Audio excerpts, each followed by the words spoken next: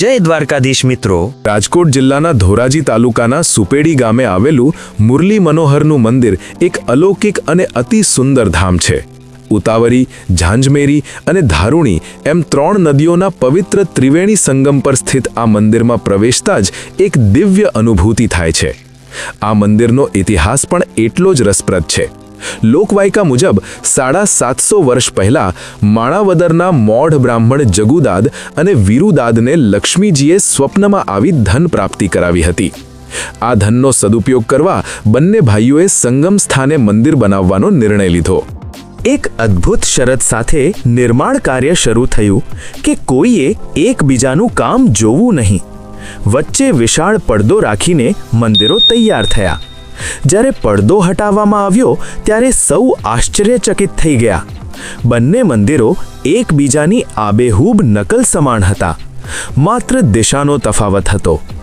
ડાકોર અને દ્વારિકાની જેમ પશ્ચિમ દિશામાં ખુલતા દ્વારવાળા મંદિરમાં મુરલી મનોહર અને પૂર્વ તરફના મંદિરમાં રેવાનાથ મહાદેવની સ્થાપના કરવામાં આવી। પુરાતત્વ વિભાગ મુજબ આ મંદિરની કલા અને કોતરણી 7મી-8મી સદીની સંસ્કૃતિની ઝાંખી કરાવે છે। અહીં 2 માળનું ગર્ભગૃહ છે, જેમાં ઉપરના માળે પ્રભુ મુરલી મનોહર અને નીચેના માળે માતા રૂક્ષ્મિણીજી બિરાજમાન છે।